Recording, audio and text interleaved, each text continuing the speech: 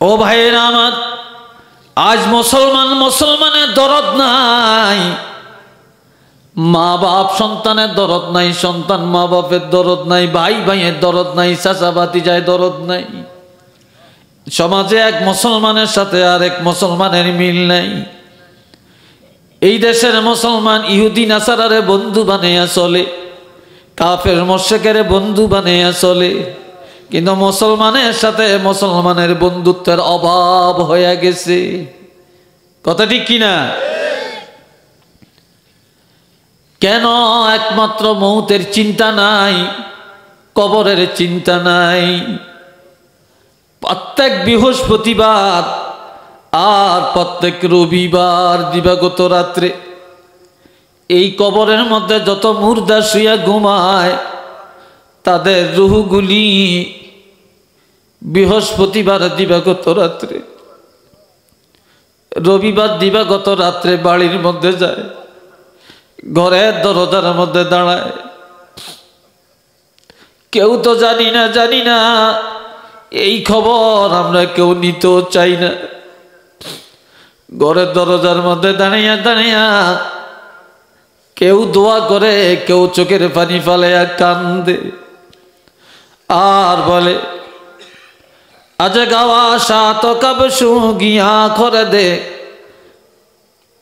আজ গোরে শাহ এক আওয়াজ না আমদে, তু তামাঙ্গার গাছটাই আজ মালে মান, ই জমা গাফেল সুদি আজ হালে মান। কবরের কাছে দাঁড়িয়ে, ঘরের দরজায় দাঁড়িয়ে দাঁড়িয়ে বলে, ও ছেলেরা রে, এই ঘরটা তো আমি করছিলাম, বাড়িটা তো আমি সাজাইছিলাম, বাগান তো আমি সাজাইছিলাম, আমার ঘর, আমার বাড়ি, আমার বাগান তোমাদেরকে দিয়ে গেলাম, তোমরা ভোগ করো। আর ঘরের সিনেমা বানাইছো, শয়তানের আড্ডাখানা বানাইছো, অথচ আনন্দে উল্লাসে জীবন যাপন করো। এত কিছুর মালিক বানাইয়া আমরা যে খালি হাতে কবরে চলে গেলাম। কিভাবে আমার কবরের জিন্দিগিটা যায়, একদিনও কবরের কাছে আইসা খবর লইলি না রে। আর আমাদের জন্য একটু চিন্তাও করলি না, আফসোসও করলি না, অথচ আমাদের কবরের কাছে নিয়ে যাওয়ার আসার আনন্দ করো। তোমরা এই কবরে যাইবা এই চিন্তা তোমরা করো না? একটু চিল্লে বলেন না নাউযুবিল্লাহ।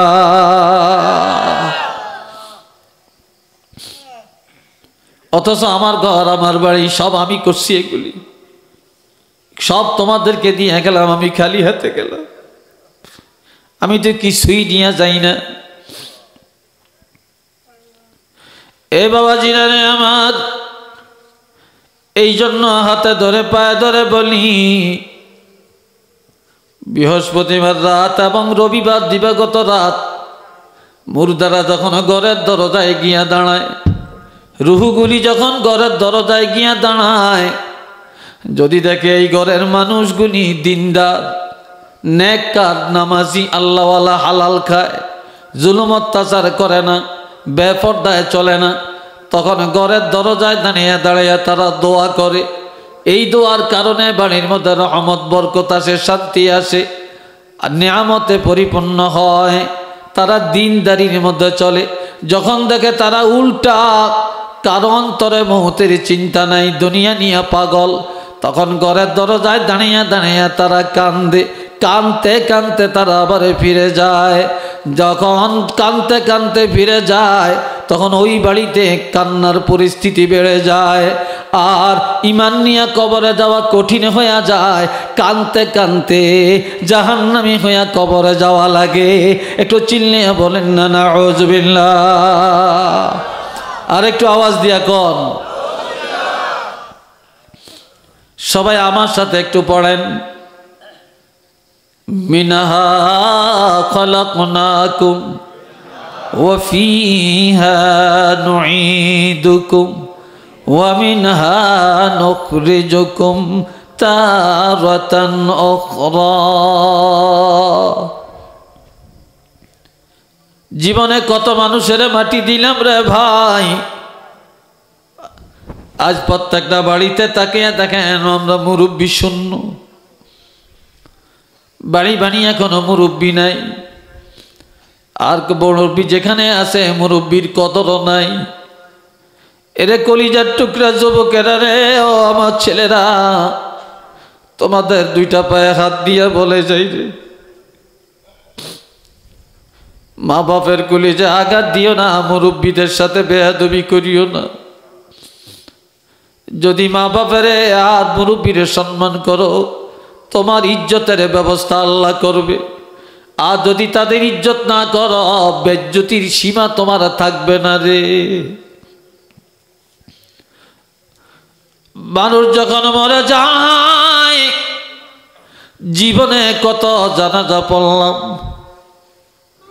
কত মৃত্যুর খবর শুনিয়া ইন্না লিল্লাহি ওয়া ইন্না ইলাইহি রাজিউন কয় না কা? পড়েন না কা? পড়েন, জোরে জোরে পড়েন। কি পড়ছেন? কি পড়ছেন? ইন্না লিল্লাহ, আমরা আমাদের জিন্দেগি আল্লাহর জন্যে। কার জন্য? আমাদের এই জিন্দেগি আল্লাহর জন্য, আমরা আল্লাহর গোলাম। ওয়া ইন্না ইলাইহি রাজিউন। আজ আমার অমক ভাই চলে গেলেন, একদিন আমরা আল্লাহর দরবারে চলে যাব। আমরা কেউ থাকবো না, থাকবো না, এইভাবে আমাদেরও মরণ হবে, আমরা আল্লাহর দরবারে চলে যাব। এরপরে যখন লাশটা কবরে রাখিয়া মাটি দেই, তখন আমরা বলি মিনহা খালাকনাকুম। আল্লাহ বলছেন, বন্দারে, এই মাটি দিয়ে তোমাদেরকে বানাইছি। ওয়াফিহা নুঈদুকুম, এই মাটির মধ্যে আবার গোপন করলাম, ফিরে আনলাম, বা এই মাটির মধ্যে আবার ফিরাইয়া দিব। ওমিনহা নুখরিজুকুম তারাতান উখরা, এই মাটিতে চিরদিন থাকবা না, সময় যখন আসবে পুনরায় আখিরাতের দিনে কিয়ামত দিবসে এই মাটি থেকে আমি আল্লাহ আবার তোমাদেরকে উঠাবো। একটু চিল্লে বলেন না সুবহানাল্লাহ। আর একটু জোরে কোন। এই যে কবরের মধ্যে এতগুলি মানুষ, হেরা কোনো কইতে পারবনি, হাইতো না, হুত কোগা ছেলে কোগা ভাই বোন কি জানে না? জোরে কোন, জানে কি না? হেরা দেখেনি। কবরের কাছে দিয়ে কত মানুষ আসে আর যায়, হেরা জানিনি, হেরা দেখেনি। কি কয়? বইয়েন, আপনারা বইয়েন, যে যেখানে আছেন সবাই আইসা বসেন, এই কয়েক মিনিটের মধ্যে দোয়া হবে। জীবনে হয়তো আর ভাগ্যে দোয়া নাও তো হইতে পারে। ও জোয়ানরা, যে যেখানে আসো দোয়াতে শরীক হয়ে যাও। কষ্ট হয় না তো আপনাদের? বিরক্ত লাগে না তো? আল্লাহ কবুল করুক আপনাদেরকে। উচ্চ আওয়াজে কোন আমিন, আর একটু জোরে কোন আমিন। আল্লাহ বাবাজিরা, কবরের পাশে দিয়া মা যায়, বাবা যায়, ছেলে যায়, মেয়ে যায়, বন্ধু যায়, বান্ধব যায়, কিন্তু কবরওয়ালা দেখে এবং চিনে। কে আসলো কে গেল চিনে এবং দেখে। তখন কবরওয়ালা ডাক দিয়া বলেন, আয় কে বর্মানে মিরবিদা মানকুশা আসর ইখলাস ওয়াল হামদ বাখা। ও আমার ছেলে রে, যাইস না, যাইস না, যাইস না, আমার কবরের পাড়ে দিয়া দৌড়াদৌড়ি করস, আসা যাওয়া করস, বন্ধু বান্ধব নিয়া দলে দলে আসা যাওয়া করস, গল্প করস, পাশে দাঁড়াইয়া টাচ মোবাইল চালাস। এরা আমাদেরকে বুঝি দেখো না, দেখো না, আমি তোমার দাদা, আমি তোমার নানা, আমি তোমার চাচা, আমি তোমার মা, আমি তোমার বাপ। আমরা তো দেখি তুমি আমার কে যাইতেছ, তবে তোমাদের কাছে কিছু চাই না, চাই না। একটু আমাদের কবরের পাশে একটু দাঁড়া, দাঁড়া, দাঁড়া, কান লাগাইয়া দে, কানটা লাগাইয়া শুন। তোমাদের মতো এইভাবে মন গড়া জীবন যাপন করিয়া, রহস্যের জীবন যাপন করে, আনন্দের জীবন যাপন করে আমিও করছিলাম। আজ আমি কবরে আসছি, আমার কবরের আযাব আমি সইতে পারি না। আমি বড় আযাবে, বড় বিপদে, বড় মুসিবতে আছি। ও আমার ছেলেরা, মেয়েরা, ভাই বোনেরা, কবরের কাছে দাঁড়াইয়া দাঁড়াইয়া শুন, আমি যে কোন মুসিবতের মধ্যে আছি। তোদের কাছে বাড়ি চাই না, ঘর চাই না, টাকা চাই না, পয়সা চাই না রে। শুধু চাই একটু দোয়া, শুধু চাই একটু দোয়া। তবে দোয়া যে করবা, সূরা ফাতিহা শরীফ, আসরে ইখলাস ওয়াল হামদ বেখা, সূরা ইখলাস শরীফ আর ফাতিহা শরীফ পড়িয়া আমাদের জন্য দুইটা হাত আল্লাহর দরবারে বাড়ায়া একটু নাজাতের ব্যবস্থাটা করিয়া যা। একটু চিল্লে বলেন না সুবহানাল্লাহ।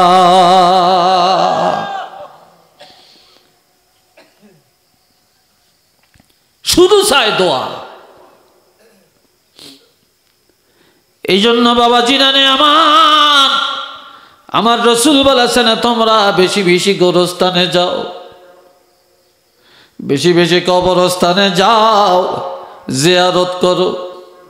এই জিয়ারত করলে মুর্দাদের লাভ হবে। তো মুর্দাদের চাইতে তোমাদের জিন্দাদের লাভ বেশি হবে। তোমরা যখন তাদের জন্য দোয়া করবা, মুর্দারাও তোমাদের জন্য দোয়া করবে। আর তোমরাও মৌতের শিক্ষা গ্রহণ করবে। এই কবরের চিন্তা তোমাদের মধ্যে চলে আসবে। এই কবরের চিন্তা, মৌতের চিন্তা যখন আসবে, তখন তুমি আর সুদের আড্ডাখানায় যাইতা না, ঘুষের আড্ডাখানায় যাইতা না, গাঞ্জা কর হইতা না, মদ কর হইতা না, বেনমাজি হইতা না, কোরআন থেকে দূরে থাকতা না, জুলুম করতা না, সন্ত্রাস হইতা না, জিনার আড্ডায় যাইতা না। এই কবরের চিন্তায়, এই মৌতির চিন্তাই তোমারে মসজিদ মৌকি বানাবে, হালালওয়ালা বানাবে, আবেদ বানাবে। এই মৌতির চিন্তায় তোমারে পবিত্র ইমানদার বানিয়ে কবরে নিয়ে যাবে। একটু চিল্লে বলেন আল্লাহু আকবার। আওয়াজটা ভালো হয় না, আর একটু জোরে বলেন আল্লাহু আকবার।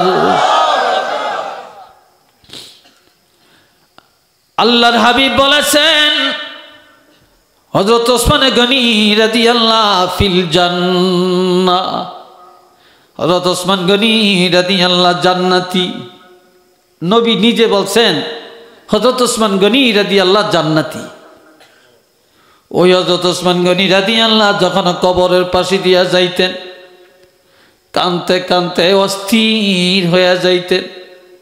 কবর দেখলে চোখের পানি এমন ভাবে বায়া বায়া পড়ে, গাল ভিজিয়া, দাড়িগুলি ভিজিয়া টপ টপ টপ টপ করে চোখের পানি খেজুর গাছের রসের মতো মাটিতে ঝরে। সাহাবীরা বলে, ইয়া আমিরুল মুমিনিন ওসমান গনি গো, আপনাকে কবর দেখলে যেইভাবে কানতে দেখলাম, এইভাবে আর আপনাকে কানতে দেখি না। কেন আপনি কবর দেখলে এইভাবে কান্দেন? রসুল তো বলেছেন আপনি জান্নাতি, এরপরও আপনি কান্দেন কেন? হযরত ওসমান গনি রাদিয়াল্লাহু জবাব দেন, আল কবরু আউয়ালু মানজিলিম মিন মানাজিলিল আখিরা।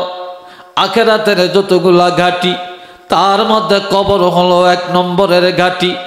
কবরের মধ্যে যায়া যারা নাজাত পাবে,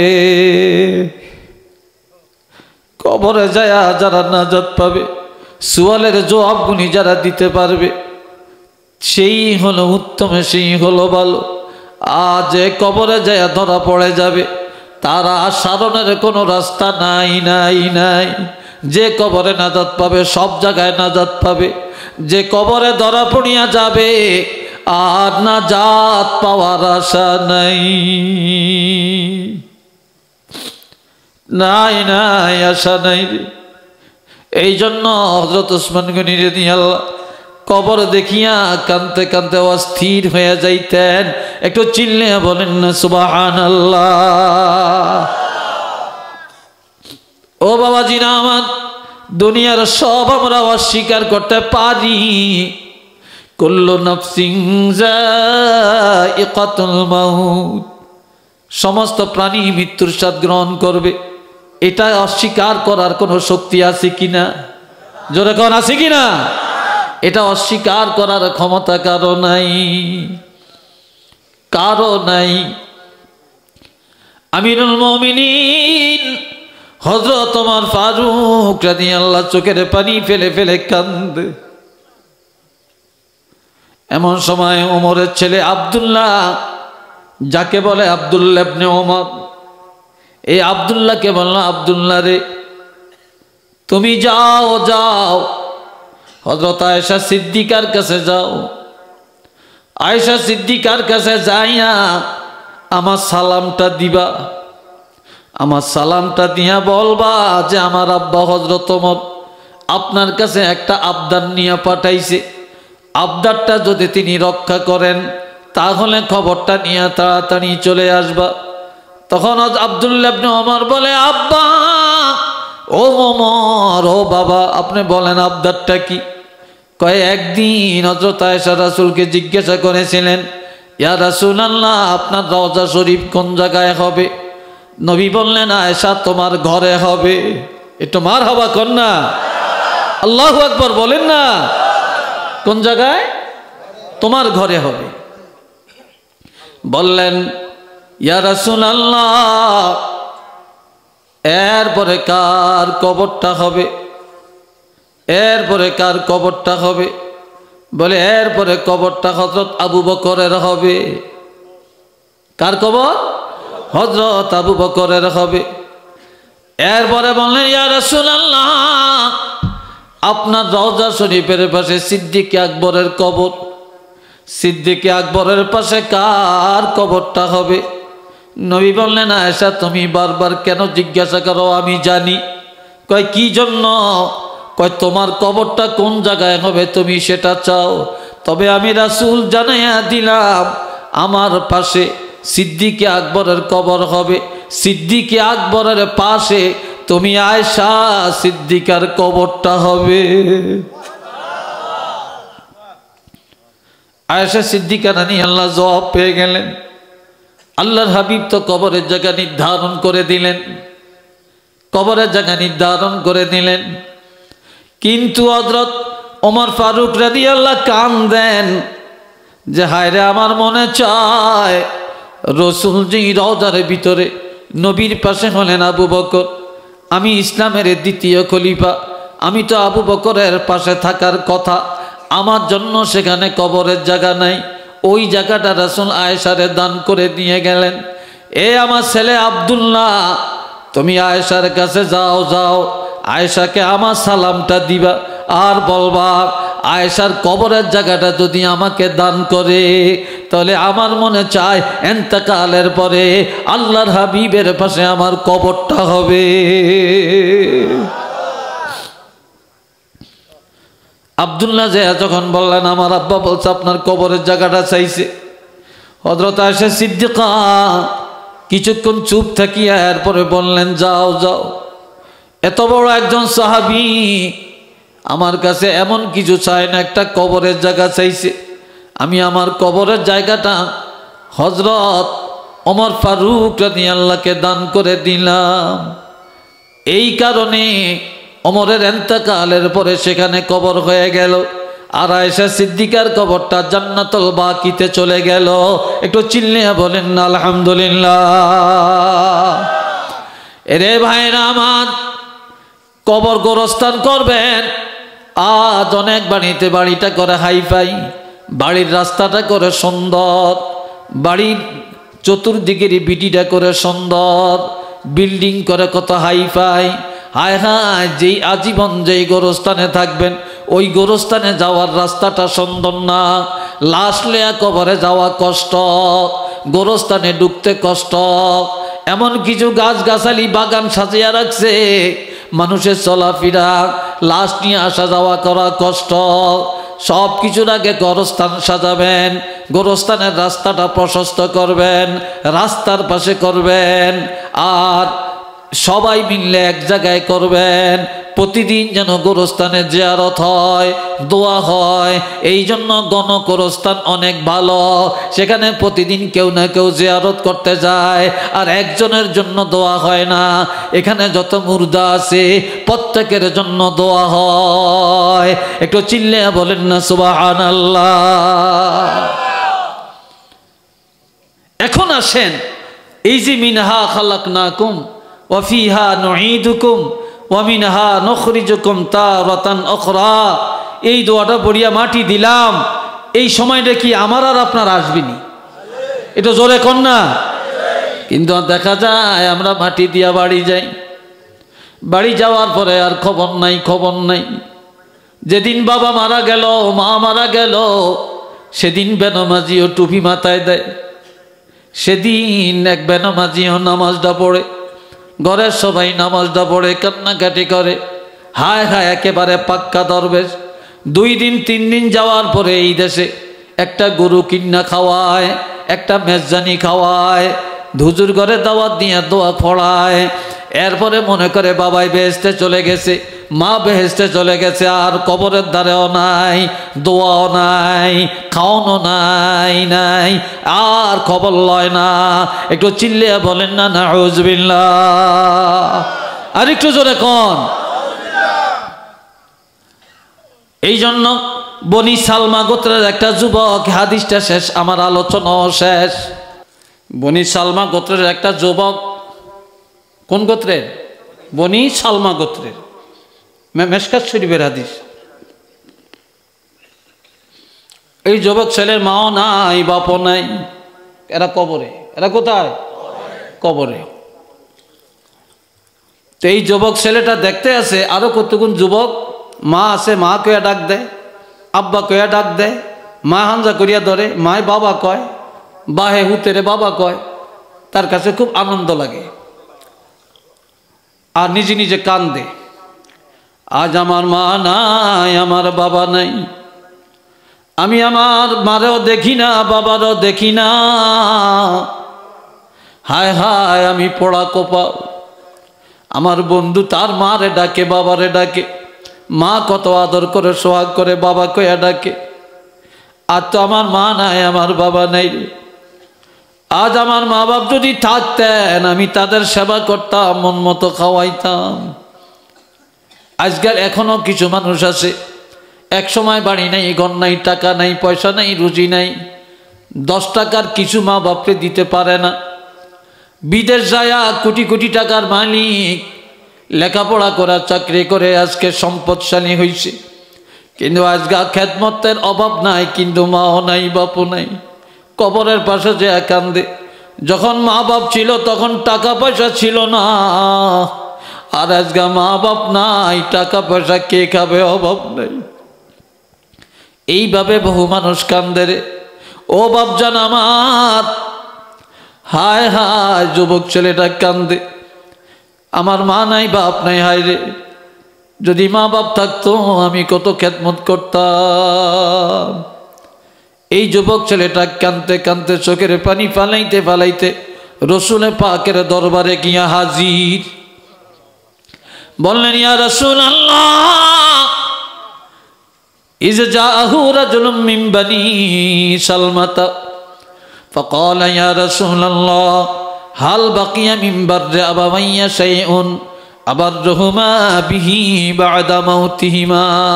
ক্বালা নাআম। একটু আলহামদুলিল্লাহ কন। আওয়াজটা ভালো হয় না আপনাকে? অনো ভালো হয় না। মাশাআল্লাহ।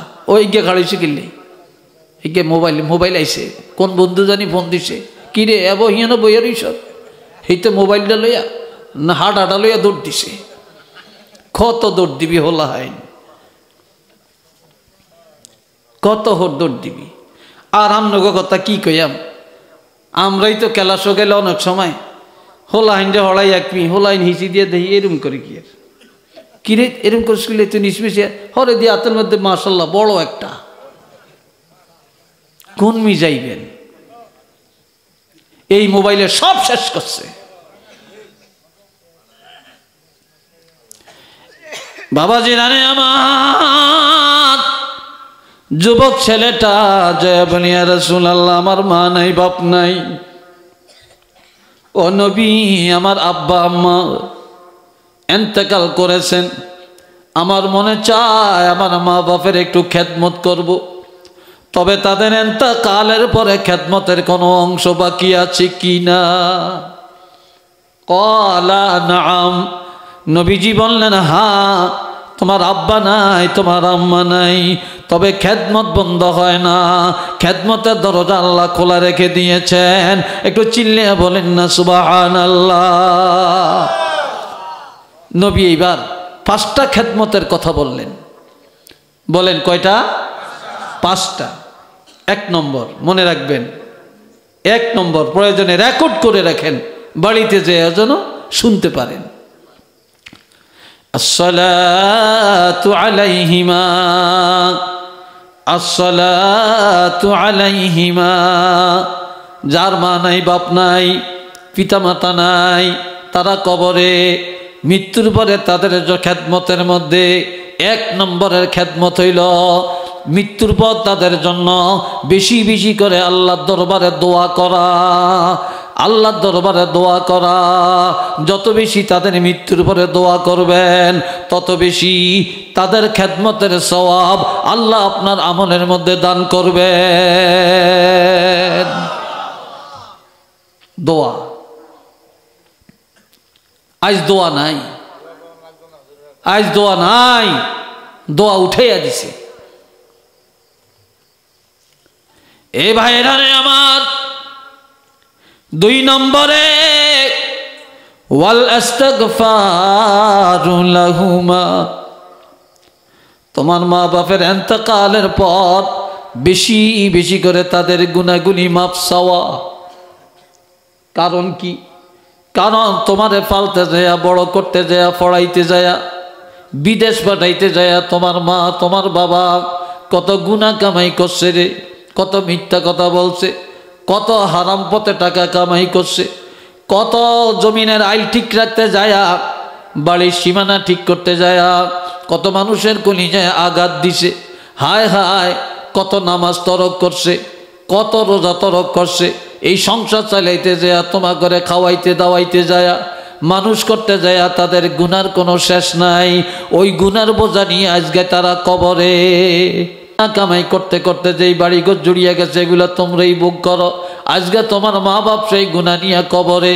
ওই বেশি বেশি করিয়া আজকে তোমার মা বাবার সেই গুনাহগুলি আল্লাহর কাছে ক্ষমা চাও, আল্লাহ যেন তাদের গুনাহগুলি মাফ করিয়া দেন।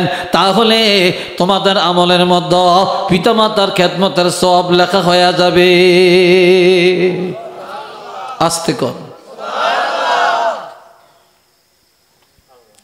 এটা 2 নম্বরের খেদমত।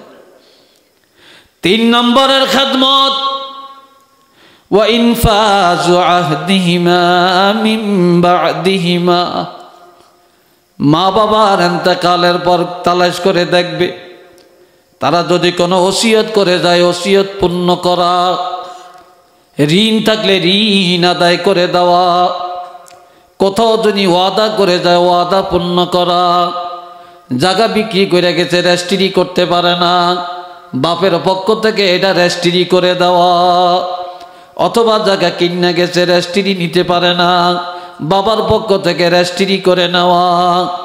তারপরে এইভাবে তাদের ঋণ আদায় করা, মসজিদে টাকা দিবে দিয়া যাইতে পারে না, তারপরে মাদ্রাসায় টাকা দেওয়ার ওয়াদা করছে দিতে পারে না, অমুকের সাথে ওয়াদা করছে পুরা করে না, তাদের ইন্তেকালের পর এই তাদের অঙ্গীকার পূর্ণ করা।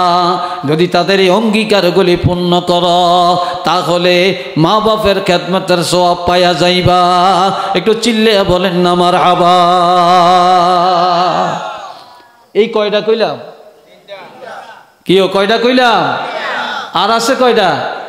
2টা। আজ আর কইতেন না, এই 2টা থাক। কি কন? এই 2টা থাক। একটু একটু গিরা লাগিয়ে যায় তুই না আবার দাওয়াত দিবেন হুনে নেই।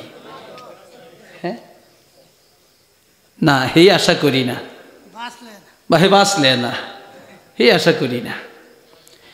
4 নম্বরে ওয়াসিলাতুর রাহিমিল্লাতী লা তুসালু ইল্লা বিহিমা। মা বাপের ইন্তেকালের পর তাদের আত্মীয় স্বজনের সাথে সুসম্পর্ক রাখা, তাদের রেখে যাওয়া আত্মীয়ের সাথে সুসম্পর্ক রাখা, আত্মীয়ের সাথে সম্পর্ক ছিন্ন না করা। বাপের আত্মীয়, মার আত্মীয়, মার দিকের আত্মীয় মামার বাড়ি, খালার বাড়ি, ঠিক কিনা? তারপরে বাবার দিকের আত্মীয় হলো ভাই বোন, বাগিনা বাগনি, ফুফা ফুফি, চাচা চাচি, এগুলো হলো বাবার দিকের আত্মীয়। তোমার মা নাই, বাবা নাই, কিন্তু তাদের আত্মীয় আছে। তারা ব্যতীত আত্মীয়ের সাথে সম্পর্ক রাখা তোমার জন্য কঠিন। এমন কঠিন ব্যবস্থাকে সহজ করিয়া নেওয়া, আত্মীয়তার সাথে সুসম্পর্ক রাখা। যারা আত্মীয় স্বজনের সাথে সুসম্পর্ক রাখবে, মা বাপ রুহানিভাবে আত্মতৃপ্তি পাবেন, আর রুহানি দোয়া তুমি পাইবা, আর মা বাবার খেদমতের সওয়াব আল্লাহ তোমার আমলের মধ্যে দান করে দিবেন। একটু চিল্লিয়া বলেন না সুবহানাল্লাহ। আরেকবার বলেন আল্লাহু আকবার। কিছু মানুষ আছে বাহে মরিয়া গেছে, বইনের খবর নেই, কথা ঠিক কিনা? বাগিনা আইছে এক বেলা খাওয়াইলে আরেক বেলা খবর নাই। বাগনি আইছে, কীর্ত আইছে, বাগনির বিয়া দিয়ে লাইছে, এই বাগনি কীর্ত এত লম্বা বেড়ানি দেয়, কথা ঠিক কিনা? মা বাপের আত্মীয়ের সাথে সম্পর্ক ভালো রাখতে চায় না, মাইয়া বিয়া দেয়, পোলা বিয়া করায়, বাপের আত্মীয়রে দাওয়াত দেয় না, মার আত্মীয়রে দাওয়াত দেয় না, এরা জানেও না। বাড়িতে মেজবানি খাওয়ায়, কিন্তু মা বাবার আত্মীয়ের দাওয়াত দেয় না। নাউজুবিল্লাহ কন। এরকম আছে কি নাই? জোরে বলেন আছে কি নাই? আবার কিছু কিছু মেয়ে লোক আছে, এরা মেহমান ভাগ করে। আমনগর দেশে হয়তো করে না, মেহমান ভাগ করে। কিরকম? মহিলা স্বামীর দিকের মেহমান যদি হয়, স্বামীর চাচা জেঠা, ফুফা ফুফি, তারপরে স্বামীর মামা, স্বামীর খালা খালু, তারপরে স্বামীর বোন বাগিনা, এরা যদি বেড়াইতে আসে, মহিলার নাকটা কপালের লগে লাগিয়া যায়। এক বেলা খাওয়াইলে আর এক বেলা সময় কয় ঘরে চাইল নাই, ডাইল নাই, লাকড়ি নাই, আগুন জ্বালাই না ক্ষমতা নাই, ঘরের মধ্যে কিছু নাই, আমি পারতাম না, খাওয়াইতে চায় না। আর মহিলার দিকের মেহমান, মহিলার মা, মহিলার বাপ, মহিলার ভাই, মহিলার বোন, বইজি বইনপুর যদি আসে, মহিলা কলজা কাটিয়া খাওয়ায়, স্বামীরই পুষলিয়া বাজারে পাঠায়, দেশি মুরগা আর রুই মাছ কিনিয়া, গরুর গোস্ত কিনিয়া, বিরিয়ানি পাকাইয়া তাদেরকে খাওয়ায়। একদিনের জায়গায় 10 দিন বেড়াইলেও দুঃখ নাই। কিন্তু যেই স্বামীরটা উপার্জনে তুমি চললা, ওই স্বামীর মেহমান আসলে ওই মহিলার কলজা ফাইটা যায়, কথা ঠিক কিনা? এরম আছে কি নাই?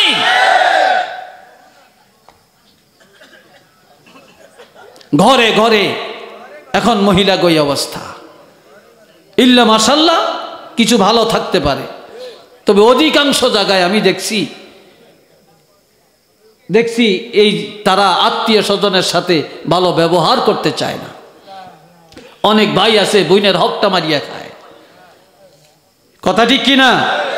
অনেক ভাই আছে ভাইয়ের হক মারিয়া খায়, অনেক চাচা আছে ভাতিজার হক মারিয়া খায়, অনেক ভাতিজা আছে চাচার হকটা মারিয়া খায়। কবরে যাইতেন না? এটা হলো 4 নম্বর।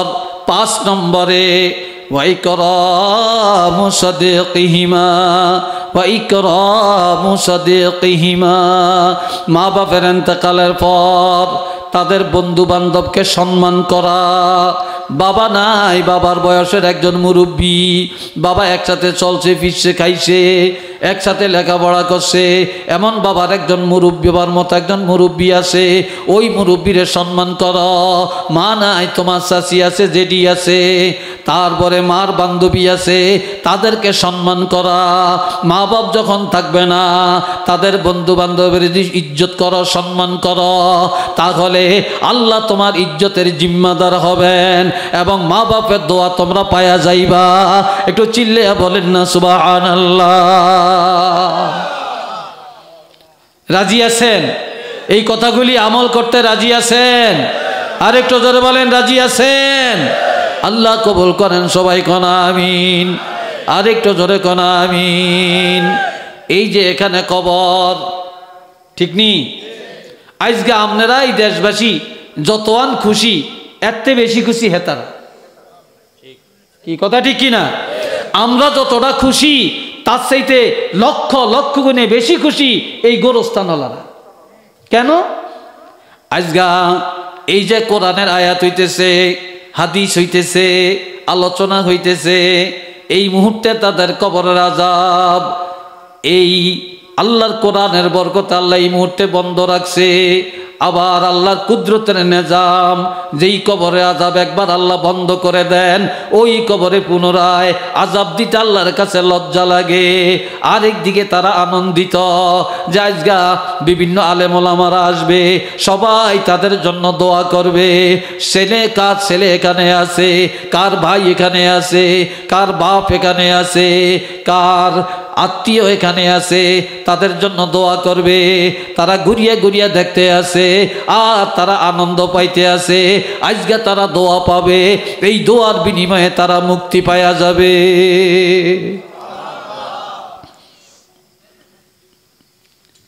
আল্লাহ আজকে 6 বছর মাত্র, 6 বছর মাত্র মাহফিল করেন। আমি মনে করি 6 বছর না, যতদিন এই দুনিয়া থাকবে, ঈদগাহ থাকবে, প্রত্যেক বছর একবার আলেম ওলামা দাওয়াত দিয়া, যখন যারে ভালো লাগে দাওয়াত দিয়া এরকম একটা মজমার ব্যবস্থা করবেন, দোয়ার ব্যবস্থা করবেন। করবেননি না? এটাতে অলাভ আছে, এটা করবেন। আর জওয়ানেরা তোমাদের হাতে পায়ে ধরে বলে যাই রে বাবা, ঠিক হয়ে যাও, ভালো হয়ে যাও।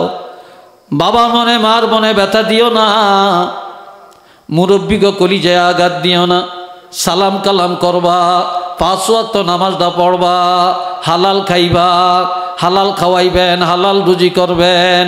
আপনার জন্য জান্নাতের দরজা খোলা। পোলাও কোরমা হারাম খায়া লাভ নাই। আর হালাল খানা ডাইল ভর্তা দিয়েও যদি খান, এটার দাম আছে, আসেনি? এটার দাম আছে। হালাল খানা যদি হয় এটার দাম আছে। আর পোলাও কোরমা যদি হারাম খান, এটা সাইরা নাও দাম নাই, এটা জাহান্নামে নিবে আপনাকে। তো এই জন্য আমার কথা শেষ, প্রথম কথাটা আবার আসলাম, লিকুল্লি উম্মাতিন আজাল ইজা জাআ আজালুহুম লা ইস্তাখিরুনা সাআতাও ওয়া লা ইস্তাকদিমুন। প্রত্যেকের জন্য সময় নির্ধারণ করা আছে। ওই সময়টা যখন এসে যাবে, এক মুহূর্ত আগেও না পরেও না, জাস্ট টাইমে মৃত্যুবরণ করা লাগবে এবং জাস্ট টাইমেই কবরে যাওয়া লাগবে। লাগবে কিনা? আল্লাহ কবুল করুক, সবাই বলেন আমিন। আর একটু জোরে কোন আমিন, আর একটু জোরে কোন আমিন। যারা আয়োজন করছেন আল্লাহ যেন কবুল করেন। আর এই এলাকার মুর্দেগানের কবর আল্লাহ যেন বেহেশতের বাগান বানিয়ে দেন। সবাই একবার সূরা ফাতিহা, 3 বার সূরা ইখলাস পড়েন। বিসমিল্লাহির রহমানির রহিম।